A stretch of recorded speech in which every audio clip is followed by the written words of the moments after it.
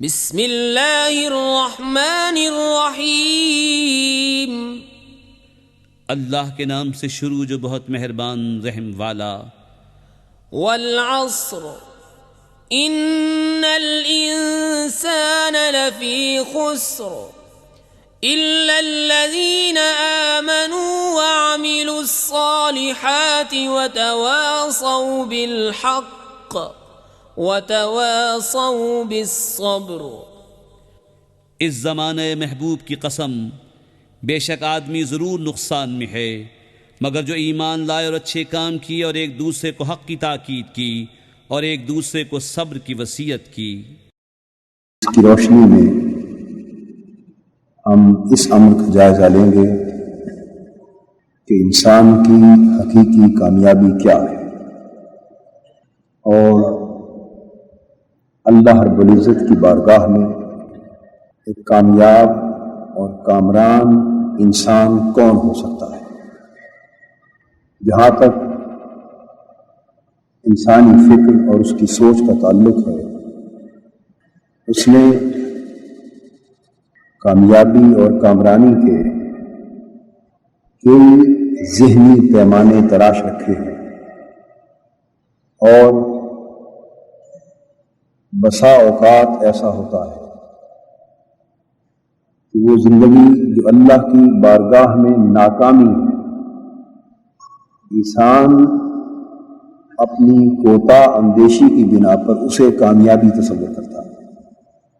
اس لیے قرآن مجید میں ارشاد فرمایا گیا کہ کئی بار ایسا ہوتا ہے کہ تم کسی چیز کو پسند کرتے ہو، چاہتے ہو کہ یہ ہو جائے، لیکن در حقیقت اس میں تمہارے لیے نقصان ہوتا ہے۔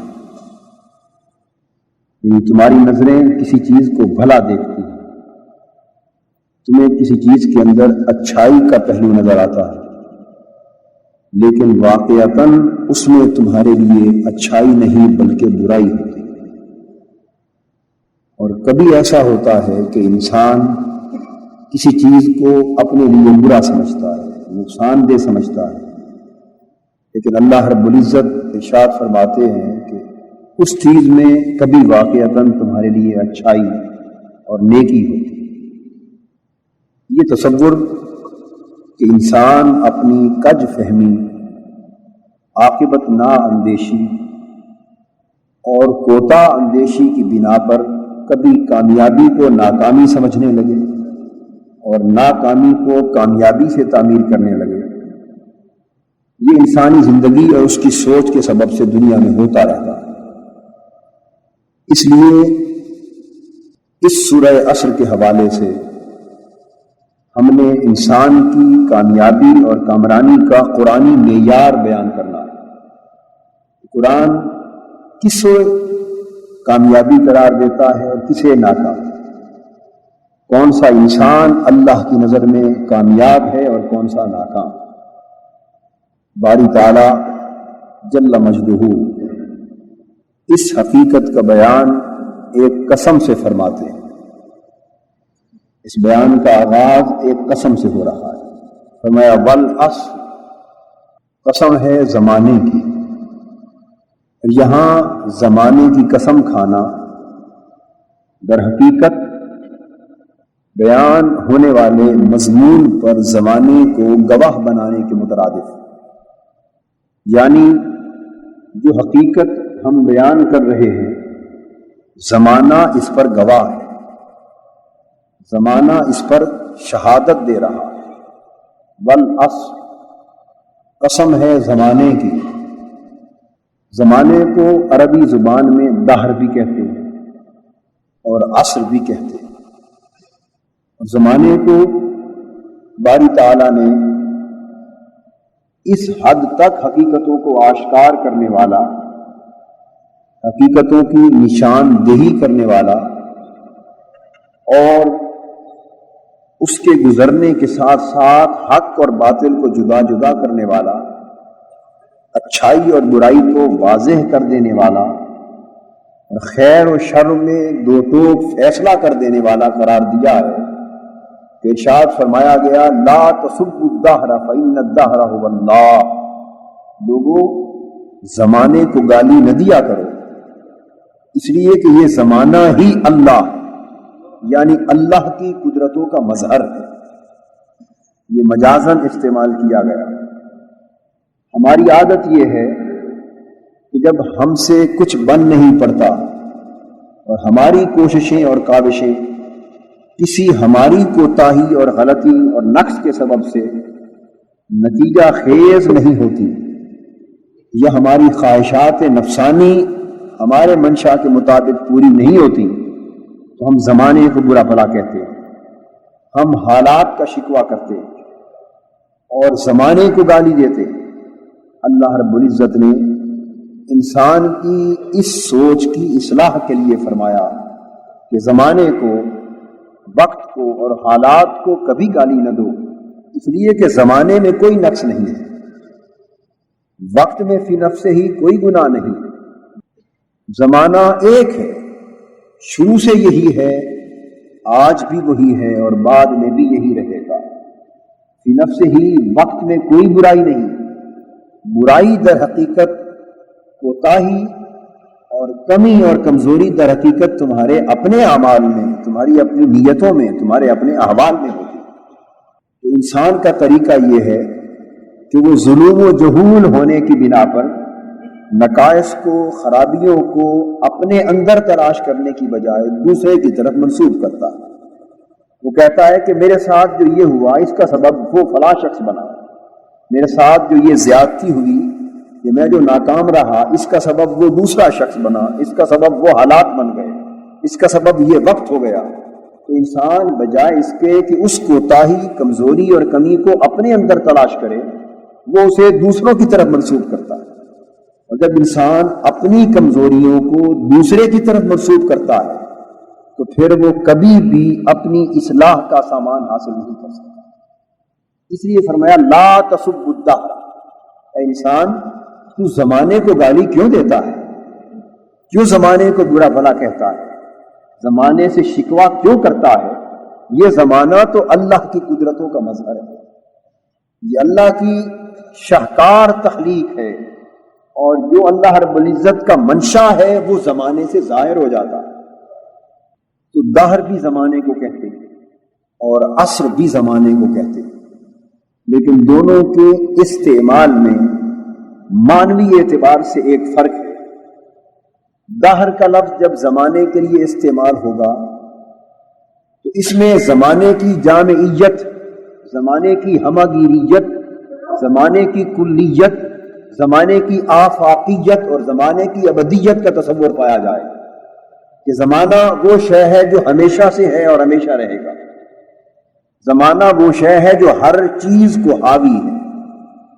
یہ جو تصور ہے زمانے کے اندر کلیت اور ہمگیریت کا، یہ دہر کا لفظ بولنے سے آشکار ہوتا ہے۔ اور جب عصر کا لفظ بولا جاتا ہے زمانے کے لیے تو دیکھیے زمانے کے اندر دو خاصیتیں، ایک اس زمانے کی خاصیت ہے ہمگیریت اور آفاقیت، آپ جہاں چلے جائیں زمانہ موجود، یعنی آپ جس مقام پر چلے جائیں وہاں زمان موجود۔ کائنات ہست و بود کا کوئی مقام زمانے سے خالی نہیں، اور کائنات پست و بالا کا کوئی گوشہ زمانے کی چادر سے باہر نہیں ہے، چونکہ زمانہ ہر جگہ ہر شے پر محیط ہے۔ زمانے کی یہ شان دہر کے لفظ سے آشکار ہوتی ہے۔ اور دوسری خوبی اور صفت زمانے کی تغیر ہے اور حرکت ہے اور ایک ارتقاء ہے۔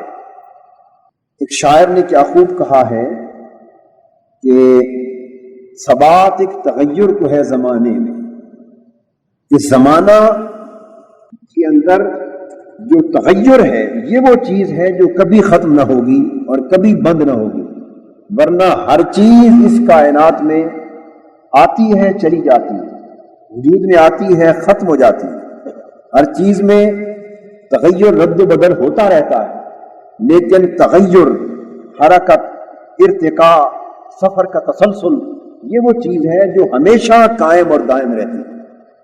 یہ جو تغیر ہے اور تسلسل ہے اور حرکت ہے، یہ سب سے بڑھ کر زمانے کے اندر پائی جاتی ہے، اس لیے کہ اور چیزیں آپ کے پاس آئیں چلی جائیں پھر بھی لوٹ کے آنے کا امکان ہوتا ہے۔ مال آپ کے پاس آیا، آپ کے ہاتھوں سے چلا گیا، لیکن ممکن ہے کہ آپ کوشش کریں تو گیا ہوا مال آپ کے پاس لوٹ آئے۔ اولاد آپ کے پاس آئی، چھن گئی، اور اللہ چاہے اور کوشش کرے تو اس کا بدل اللہ تعالیٰ اس اولاد کا بدل آپ کو عطا کر سکتا ہے۔ اس لیے جو چیز عزت چلی جاتی ہے، لیکن کبھی ایسا بھی ہوتا ہے کہ انسان پھر اپنی کوتاہیوں پر، غلطیوں پر نادم ہوتا ہے، شرمندہ ہوتا ہے، تائب ہوتا ہے، اصلاح کرتا ہے، تو پھر وقت اس کو وہ عزت واپس بھی لوٹا دیتا ہے۔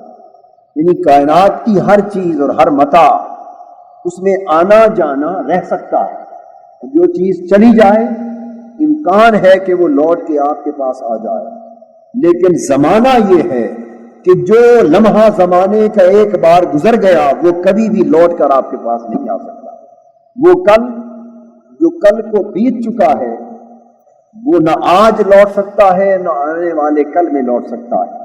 وہ پرسوں جو گزر گیا اب وہ قیامت تک وہ دن کبھی لوٹ کر نہیں آ سکتا۔ تو زمانے کی حرکت اتنی مستقل ہے، اتنی تیز رفتار ہے اور اتنی واقعی اور حقیقی ہے کہ جو لمحہ زمانے کا گزر جاتا ہے، سورج مشرق سے مغرب سے طلوع ہو جائے لیکن وہ لمحہ لوٹ کر دوبارہ نہیں آتا۔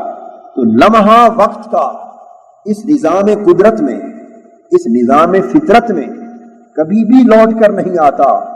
ہاں اگر اللہ کی قدرت کے ظہور کے لیے کسی نبی کے ہاتھ سے معجزہ صادر ہونا ہو تو معجزتاً نبی کے ہاتھ سے گزرا ہوا لمحہ بھی لوٹ سکتا ہے، گزرا ہوا وقت بھی لوٹ سکتا ہے۔ یہ معجزتاً تو ہو سکتا ہے لیکن عادتاً نہیں ہو سکتا۔ حضور نبی اکرم صلی اللہ تعالی علیہ وآلہ وسلم حضرت علی کرم اللہ وجہہ الکریم کی گود میں سر انور رکھ کر لیٹے ہوئے آرام فرما رہے ہیں، اور عصر کا وقت ہے، سورج غروب کی طرف جا رہا ہے۔ حضرت علی کرم اللہ وجہہ الکریم نے ابھی نماز پڑھنی ہے اور حضور نبی اکرم صلی اللہ تعالی علیہ وآلہ وسلم نے نماز ادا فرما لی تھی۔ غزوے سے واپسی کا وقت تھا، حضرت علی کہیں سے لوٹے تھے، نماز پڑھنی تھی انہوں نے، لیکن حضور علیہ الصلوۃ والسلام کچھ تھکے ہوئے تھے۔ طبیعت کی علالت دیکھ کر اپنی گود پیش کر دی کہ حضور صلی اللہ علیہ وسلم آپ کچھ دیر آرام فرما لیں۔ تو حضور آرام فرمانے لگے اور آپ کی چشمان مقدس لگ گئیں، آنکھیں لگ گئیں، نیند آ گئی۔ اب حضرت علی کرم اللہ وجہہ الکریم ہیں کہ ایک نظر ڈوبتے ہوئے سورج پر ڈالتے ہیں اور ایک نظر اس روشن جہاں آرا چہرے پر ڈالتے ہیں، اور دل ہے کہ اس کی دھڑکنیں تیز تر ہوتی جا رہی ہیں، اور جو سورج غروب ہونے کے قریب جا رہا ہے تو حضرت علی کرم اللہ وجہہ الکریم کی حالت بے تابی میں شدت اختیار کرتی جا رہی ہے۔ اور کیوں نہ ہوتی، اس لیے کہ یہ وہ لوگ تھے جنہوں نے نماز کی قضا کا تصور بھی کبھی نہ کیا تھا، نماز کے رہ جانے کا کوئی گمان ان کی زندگی میں کبھی داخل نہ ہوا تھا۔ آج زندگی کا پہلا موقع تھا کہ بچپن کے جن لمحوں سے نماز ان کی زندگی میں آئی تھی، آج ایک نماز اور وہ بھی عصر کی، حافظوا علی الصلوات والصلاۃ الوسطی، لوگوں نمازوں کی محافظت کرو، اور جو درمیان والی نماز ہے نماز عصر، اس کی بطور خاص محافظت کیا کرو۔ اور یہ وہ نماز ہے کہ حضور علیہ الصلوۃ والسلام نے یہ بھی فرمایا، من صلی البردین دخل الجنہ، جو شخص دو ٹھنڈے وقتوں کی نمازوں میں کبھی ناغہ نہ کرے وہ جنت میں جائے گا، اور وہ دو نمازیں فجر اور عصر کی ہیں۔ یعنی اتنی اہمیت والی نماز قضا ہو رہی ہے، یہاں تک کہ دیکھتے دیکھتے سورج غروب ہو گیا۔ حضرت علی کرم اللہ وجہہ الکریم نے نماز جانے دی اور حضور علیہ الصلوۃ والسلام کے آرام میں خلل کو گوارا نہ کیا، آرام میں خلل نہیں پسند کیا۔ جب سورج غروب ہو گیا تو آپ کی چشمان مقدس سے تأسف کے آنسو بہ پڑے، آنسو گرے، اور وہ حضور علیہ الصلوۃ والسلام کے چہرے اقدس پہ، پیشانی اقدس پر پڑے۔ حضور علیہ الصلوۃ والسلام کی آنکھیں کھلی، فرمایا علی کیوں رو رہا ہے، کیوں پریشان ہے؟ عرض کیا یا رسول اللہ صلی اللہ علیہ وآلہ وسلم میری عصر کی نماز قضا ہو گئی۔ فرمایا تو کوئی بات نہیں، تو قضا پڑھ لے، اللہ قبول کر لے گا اگر قضا ہو جائے کسی مجبوری میں تو اس کو ادا کر لیا جائے۔ لیکن وہ حضور علیہ الصلوۃ والسلام کے چہرے اقدس کی طرف تکنے لگے، عرض کرنے لگے یا رسول اللہ صلی اللہ علیہ وسلم نماز حضور کے آرام پر قربان ہو، حضور کی خدمت میں اور حضور کی غلامی میں قربان ہو، اور پھر بھی قضا کر کے پڑھوں، یہ بات میری سمجھ میں نہیں آتی۔ حضور علیہ الصلوۃ والسلام اٹھے، آپ نے اپنے دست اقدس کو اٹھایا اور عرض کیا باری تعالی اللہم ان علی کان فی طاعتک و طاعت رسولک صلی اللہ علیہ وآلہ وسلم، اے باری تعالی تو دیکھ رہا ہے کہ علی تیری اور تیرے رسول کی اطاعت میں مصروف تھا، علی تیری اور تیرے رسول کی اطاعت میں مصروف تھا۔ اب رسول کی اطاعت میں مصروفیت کی بات تو سمجھ میں آتی ہے کہ حضور کے آرام کا خیال رکھ رہے تھے، حضور کے آرام میں خلل نہ پسند کرتے تھے، اس لیے نماز چلی گئی۔ تو ایک اعتبار سے حضور کی خدمت اور غلامی تو تھی، لیکن اللہ کی اطاعت کیا تھی؟ اللہ کی اطاعت تو ظاہر میں تب ہوتی کہ نماز وقت پر ادا کی ہوتی۔ ان الصلاۃ کانت علی المؤمنین کتابا موقوتا، نماز وقت پر پڑھی جائے تو اللہ کی اطاعت ہے، وقت نماز کا چھوٹ جائے تو یہ اطاعت نہیں ہے۔ لیکن باوجود اس کی عرض کیا جا رہا ہے حضور نبی اکرم صلی اللہ علیہ وآلہ وسلم کی طرف سے کہ باری تعالی علی تیری اطاعت میں مصروف تھا اور تیرے رسول کی اطاعت میں مصروف تھا۔ تو یہ بات فرما کر اس حقیقت کو واضح کر دیا کہ اگر حضور کی خدمت و غلامی کا حق ادا کیا اور ظاہر میں عبادت رہ بھی گئی تو اس عبادت کا اس سبب سے رہ جانا بھی اللہ کی عبادت ہے، یہ بھی اللہ کی اطاعت ہے، یہ بھی اللہ کی بندگی اور غلامی ہے۔ اس لیے کہ حضور نبی اکرم صلی اللہ تعالی علیہ وآلہ وسلم کی خدمت اور حضور کی غلامی کا حق ادا کرنا وہ اتنی بڑی عبادت ہے کہ دنیا کی کوئی عبادت اس کی گرد کو نہیں پہنچ سکتی۔ اس لیے فرمایا کہ علی تیرے اور تیرے حبیب کی اطاعت میں مصروف تھا۔ اس کے بعد اللہ رب العزت کی بارگاہ میں دعا کی اور اپنا دست اقدس مغرب کی طرف کیا، اور حدیث میں آتا ہے کہ ہاتھ کو کھینچا تو ڈوبا ہوا سورج پھر سے پلٹ کے واپس آ گیا، اور یوں لگتا تھا جیسے آقائے دو جہاں کی مبارک انگلیوں کے ساتھ ڈوریاں متی ہیں، اس سورج کو ڈوبنے کے بعد کھینچ کر واپس لا رہی ہیں۔ اور یہاں ایک یہ عرض کروں کہ حضرت علی کی نماز قضا ہوئی حضور کی خدمت میں، اور اس کو بھی حضور نے اطاعت الہی قرار دیا۔ اور دوسری بات یہ ہے کہ جب سورج غروب ہو جاتا ہے، یعنی زمین کی ایک سطح سے ڈوب کر دوسری سطح میں چھپ جاتا ہے، تو یہ غروب ہونا بالواسطہ اللہ کی بارگاہ میں سورج کی سجدہ ریزی ہو جاتی ہے، چونکہ ہر شے اللہ کی تسبیح کرتی ہے، ہر شے اللہ کی عبادت کرتی ہے۔ کل قد علم صلاتہ و تسبیحہ، قرآن کہتا ہے کہ ہر شے نماز پڑھ رہی ہے اپنے اپنے حال کے مطابق، اور ہر شے تسبیح کر رہی ہے اللہ رب العزت کی، اور اللہ نے ہر شے کو اس کی نماز اور تسبیح کا شعور عطا کر دیا۔ تو سورج بھی تسبیح کر رہا ہے، سورج بھی نماز پڑھ رہا ہے۔ تو حدیث میں آتا ہے کہ سورج جب غروب ہو جاتا ہے تو اس کی غروب کی حالت اس کے حال کے مطابق اللہ کی بارگاہ میں سجدہ ریزی ہوتی ہے۔ تو بعد از غروب سورج اللہ کی بارگاہ میں سجدہ ریز ہو جاتا ہے۔ ادھر حضرت علی کی نماز حضور کی خدمت میں قربان ہوئی، اس کو بھی اطاعت الہی سے تعبیر کیا گیا۔